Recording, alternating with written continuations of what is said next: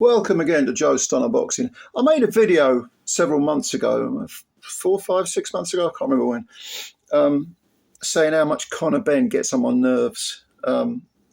Now, the main reason I gave was really, I think it boiled down to him coming across as desperate to be a tough guy, very immature, very sort of playground nonsense, that sort of vibe.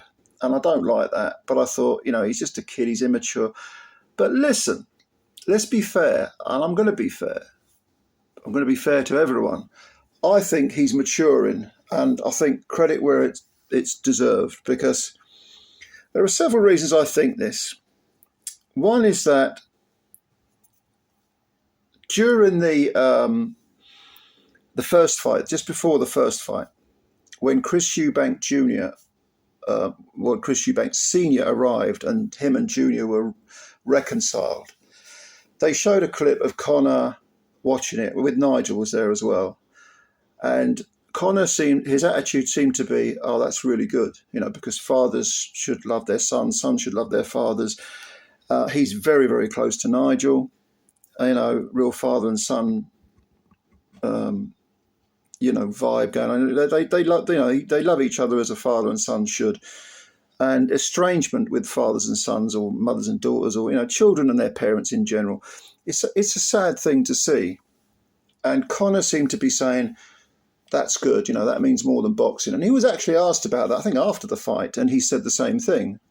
Now, he could have said, it was a setup, wasn't it? Eubank Sr. was always going to turn up, and it was just a publicity thing, and who cares about them? And he could have gone down that route, but he didn't.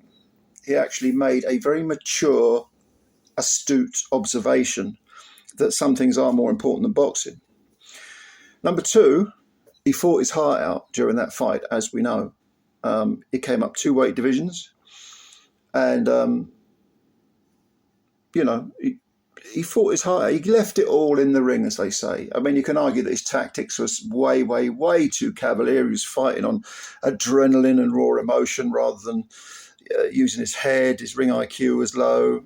But, he shook Eubank a couple of times and took him the distance and gave him hell, and Eubank went to hospital afterwards. And, and Eubank knew he was in a fight. And Eubank himself has said, I didn't think he was the one to bring that out of me, but he did it.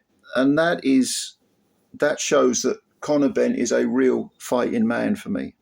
He was prepared to go out on his shield. He fought like a demon. He fought like a warrior, regardless of the PED things. And God knows I've made enough videos criticising him and Hearn and how that whole thing was handled. But let's give Conor a bit of credit for his in-the-ring performance on that night. Now, since then, I've also I've watched his videos, because I never used to like watching his interviews. They used to make me cringe. But now I watch his videos, his interviews, and I think, okay, he's talking sense.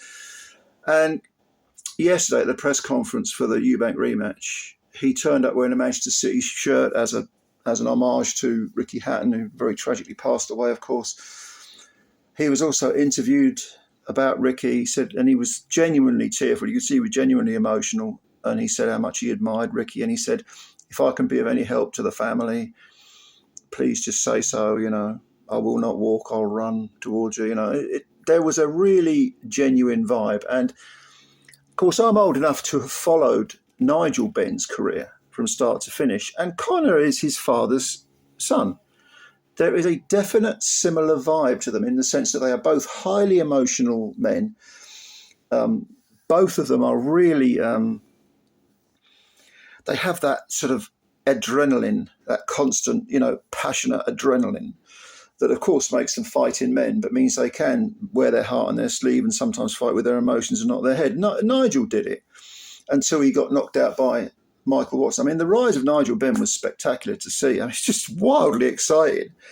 Not dissimilar entirely to the rise of Mike Tyson, up to the point where he beat Berbick, except that I think Tyson had a lot more skills than the original raw Nigel Benn. And then Nigel went to America, had a couple of, I think he had 2 or 3 10-rounders. Jose Quinones was one of them. I can't remember the names of the other guy, but he was taking the distance for the first time. This is after he got knocked out by Michael Watson, lost his Commonwealth belt.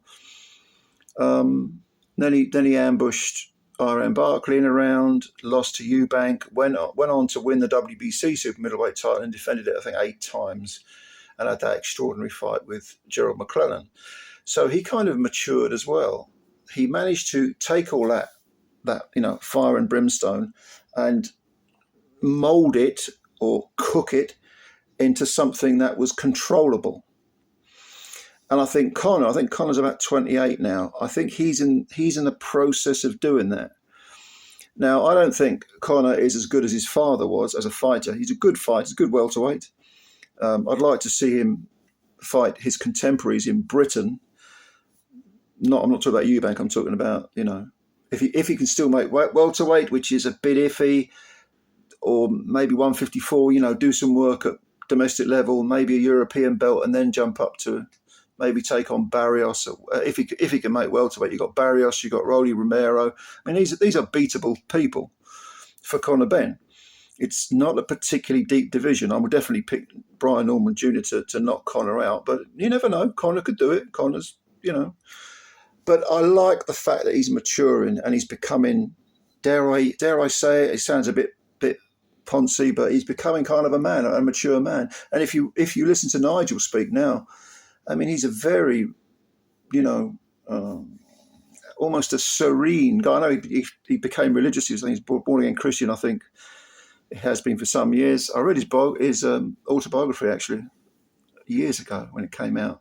I don't know if that's been updated, but he admits to his flaws. He admits to his character flaws as well as his flaws as a fighter and how he could have gone down the wrong path and so on. I think Conor, although he comes from a different place because he came from a wealthy family thanks to his father, nevertheless, he is showing, a lot of maturity himself. And long may it continue. So Conor Benn, you're winning me over, basically. I'll, give you a chance. And because I made a video when he got on my nerves. Now that I'm changing my mind, I want to redress the balance. It's only fair. So Conor, I don't suppose you give a fuck what I think, and I wouldn't blame you, lad. Do your thing. I'm just some guy with a small YouTube channel. But just for the record, I think you're all right. You're going in the right direction. So, what do you think? Do you agree with me? Do you disagree with me? And are you looking forward to the rematch with Eubank? First one was one that I sort of had disdain for to start with when it was announced. And then, of course, there was that 2-year drag out. And then when it happened, I thought it was amazing. It was a brilliant fight, absolutely brilliant fight. I didn't really care about it until maybe a day or two before. And then I thought, okay, I'll give this a look. And it exceeded all expectations. It was a fantastic event as well. But let me know what you think about Conor Benn. Do you agree with me? Do you disagree? Comments below. Please, if you like this video, hit the like button and also subscribe to the channel if you're new. Thank you very, very much, ladies and gentlemen. More to come later today, I think. Look out for my new videos. Until then, peace. I'll get you later. Bye for now.